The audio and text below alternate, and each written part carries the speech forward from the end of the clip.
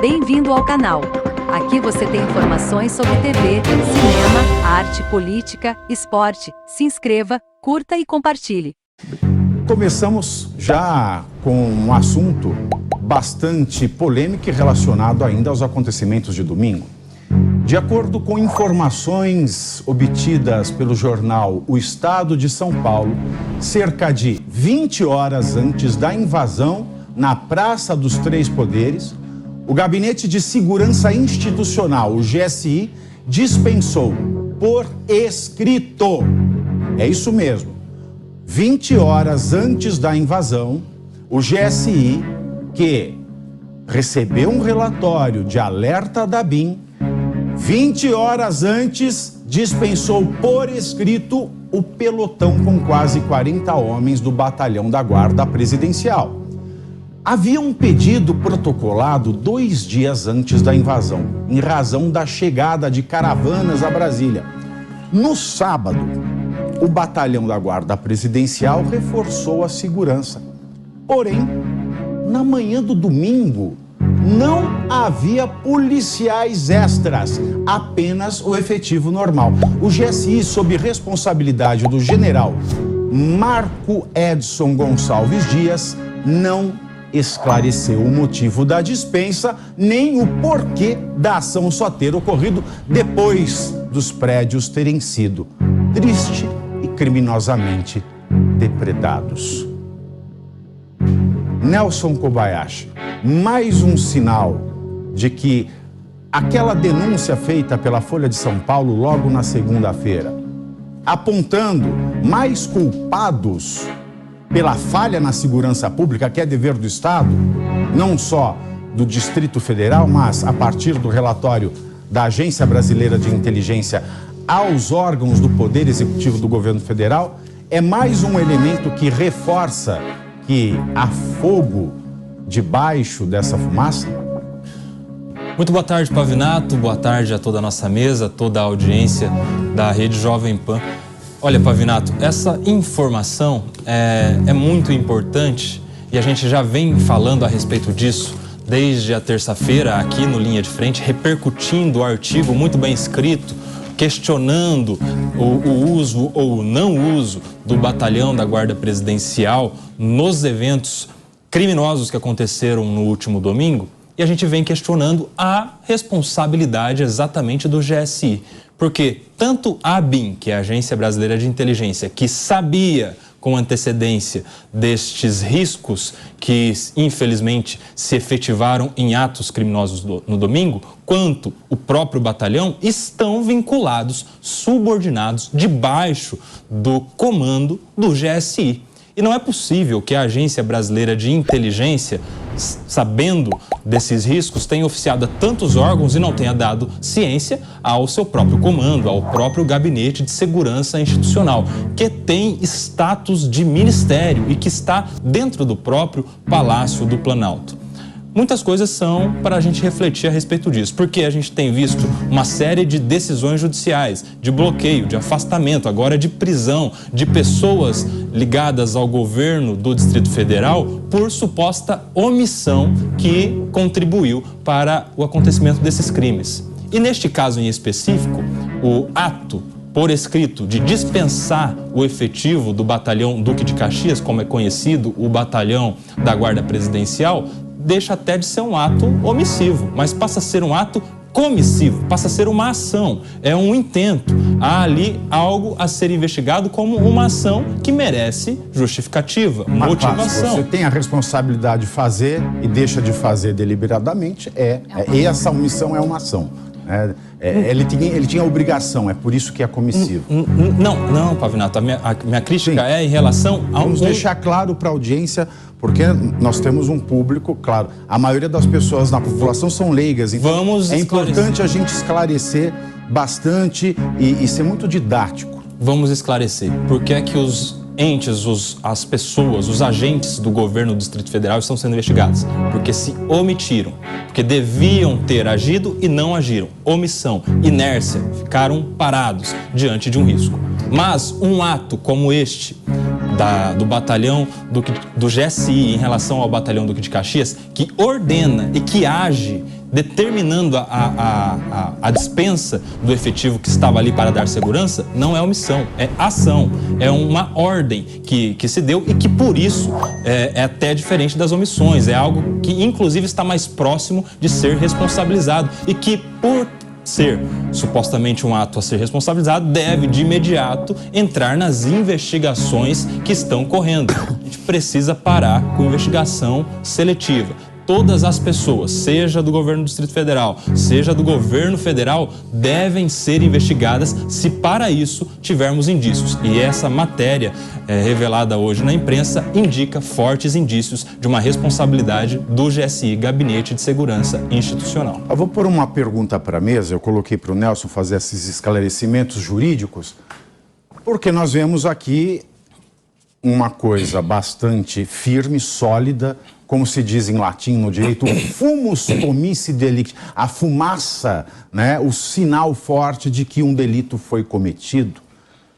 E confirmado isso, hoje, de que o GSI não só se omitiu, mas ele agiu para que aquele ambiente não tivesse o mínimo de segurança, nós temos uma ação até mais reprovável do que o secretário de Segurança do Distrito Federal, Anderson Torres, que foi afastado, né, teve a prisão decretada, está com os bens bloqueados, você vê a busca e apreensão na casa dele, nós vimos isso ao longo da semana também, pela paridade que o direito num Estado democrático deve ter.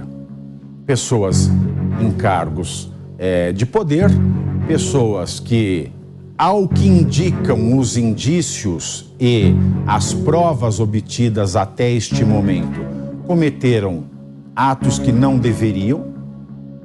Não deveria haver uma simetria de tratamento no judiciário para essas pessoas? Por favor, está na mesa ao debate. Alguém se arrisca? Nelson, não deveria ter uma mesma penalidade? Mesma penalidade. A gente está Porque o direito tem que ser aplicado igual. Acabei de ler aí Thomas More, não é? Até o diabo eu garanto a aplicação da lei para minha própria segurança. A gente está aqui o tempo todo, Pavinato, defendendo o Estado Democrático de Direito. Aliás, essa palavra nunca foi tão dita porque todo mundo concorda que a gente precisa preservar um Estado democrático. E em Estado democrático, um dos princípios basilares é o da isonomia, que significa tratar igualmente a todos e desigualmente na medida da sua desigualdade. Significa que a gente precisa dar equidade no tratamento. Nenhuma investigação pode ser seletiva. A gente tem que tratar a todos igualmente. Vou dizer mais uma coisa, por que é que agora a gente teve afastamento já de imediato do governador e do secretário de segurança? Por que que agora a gente tem determinação de prisão do ex-secretário de segurança e do comandante da Polícia Militar? Porque eles podem, em tese, interferir nas investigações, é o que diz a decisão que foi mantida pela maioria do Supremo Tribunal Federal. E por que é que os comandantes do GSI, do Comando de Policiamento do Planalto, estão todos lá diante de todos os documentos que podem ou não comprovar eventual responsabilidade?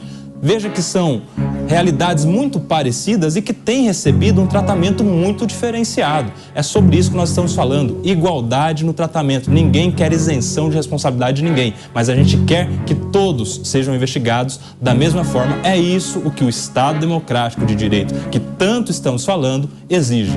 Nogueira, alguma consideração sobre esse posicionamento, né, essa revelação feita hoje pelo jornal Estado de São Paulo? Tenho sim, Pavinato. Acho que isso que o Nelson falou é muito importante. A minha área aqui na economia é muito ligada, aqui na Jovem Pan, perdão, é muito ligada à economia.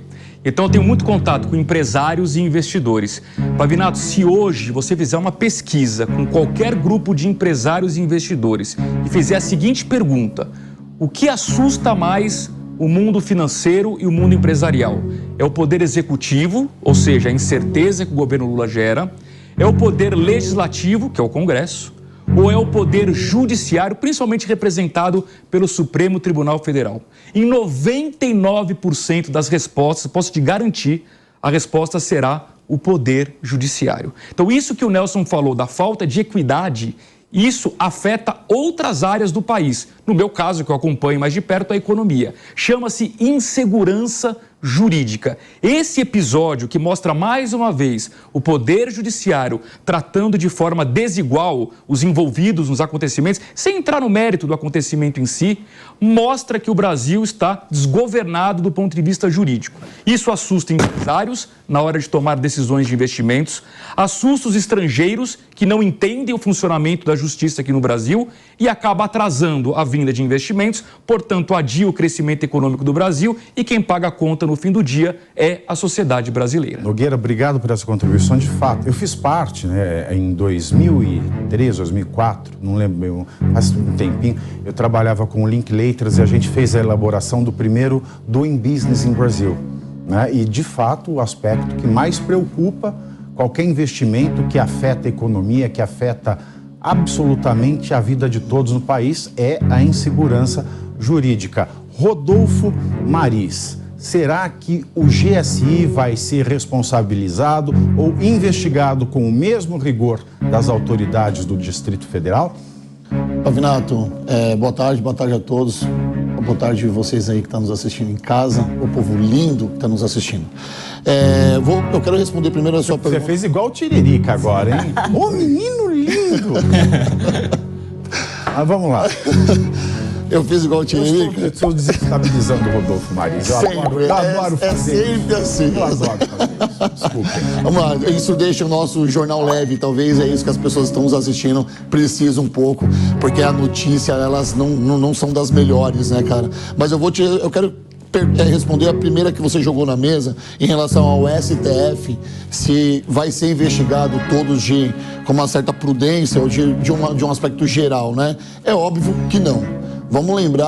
Devemos lembrar, na verdade, que em 2013, quando houve as manifestações e também invadiram o Congresso, né, pelo MST, as pessoas naquele momento, elas queriam fazer o quê com aquelas pessoas? Acalmarem aquelas pessoas. Houve, lógico, prisões imediatas naquele momento, mas depois de 24 horas as pessoas foram absolvidas, foram soltas e não houve uma investigação. Na verdade, vamos acalmar o ânimo dessas pessoas. E hoje o que a gente vê é um retrato totalmente diferente. Eles pegam essas pessoas para servir de exemplo. Senhoras, adolescentes, senhores, lógico, tem a pauta dos infiltrados, não tem os infiltrados, isso é uma outra questão. O que coloca aqui, o que eu coloco em pauta aqui é que eles estão pegando essas pessoas, se tratando do STF, tá? Se tratando de como que as pessoas vão ser investigadas nesse momento, respondendo a sua primeira pergunta. Claro que não, o momento do país é outro e as pessoas que estão no poder, exercendo o poder, são pessoas totalmente diferentes daquela ocasião. Hoje nós vivemos um país polarizado, né, cara, de uma forma que a gente nunca viu na vida, e essas pessoas, na verdade, vão ser exemplos, eu não sei para quem, mas para um futuro, para que não aconteça isso. O que eu acho errado, na verdade. Mas vamos lá. Houve, na verdade, Pavinato, uma verdadeira omissão aqui, né? Principalmente sobre essa pauta que a gente está falando. Houve, na verdade, também uma sucessão de erros. Eu não acredito que 40 homens desse batalhão que foram dispensados, eles poderiam evitar qualquer coisa naquele momento. A minha pergunta havia na Guarda Nacional uma disponibilidade de 1.300 homens da Força Nacional, que não foram usados. Tinham apenas 300 ali. E esses 300, efetivamente, estavam cumprindo ordem de 12 em 12 horas. Ou seja, nós tínhamos um efetivo ali de 150 homens da Força Nacional para intervir caso acontecesse uma manifestação, uma baderna, né, esse ato terrorista, enfim. Mas o que acontece por quê que o senhor Ibanez, ou por que o governo do Distrito Federal não usou o contingente da Força Nacional? Essa é a grande pergunta. E se a gente começar a investigar, ao longo da semana vai aparecer mais fatos aqui de que houve uma omissão nisso que aconteceu em Brasília. E daí, Daniela Alves, como é que você enxerga essa ação do GSI? Bom, Pavinato, eu ainda não coloco como algo certo e objetivo que isso tenha acontecido, uma vez que eu não tive acesso ao documento em si, informando que o GSI realmente dispensou. No entanto, segundo o Estadão, isso aconteceu. Agora, se realmente esta ação, essa recusa aconteceu, primeiro que a própria investigação precisará né, adequadamente verificar qual foi a motivação para esta dispensa, né? Ou seja, foi alguém que fez essa solicitação, mandando o GSI não realizar essa solicitação, não é? Ou o próprio GSI tomou mesmo essa decisão com base em quê? Portanto, a partir disso, é o que nós vamos precisar saber. Se foi uma ação, não é, que teria o objetivo de facilitar com que esses crimes ocorressem, ou se foi uma omissão, se foi um erro, enfim, qual foi exatamente a finalidade, não é, desta ação. Isso que precisa ser esclarecido. Agora, se ocorreu ou não, as investigações vão apontar para nós o que verdadeiramente ali aconteceu. E por isso que o meu ponto principal é da gente conseguir entender qual é a motivação a partir dessas decisões. Agora, como você estava falando, todos serão investigados, todos deveriam sim ser investigados, desde todo o planejamento, quais são as pessoas que eram responsáveis por tomadas de decisão, onde estavam erros, se ocorreu omissão, qual a motivação dessa omissão ou qual a motivação de determinados erros. Isso tudo precisa ser investigado a fundo e com responsabilidade. Não saia do canal sem sua inscrição. Curta e ative o sininho para receber novos vídeos. Compartilhe e ajude-nos a bater a meta de 1000 inscritos.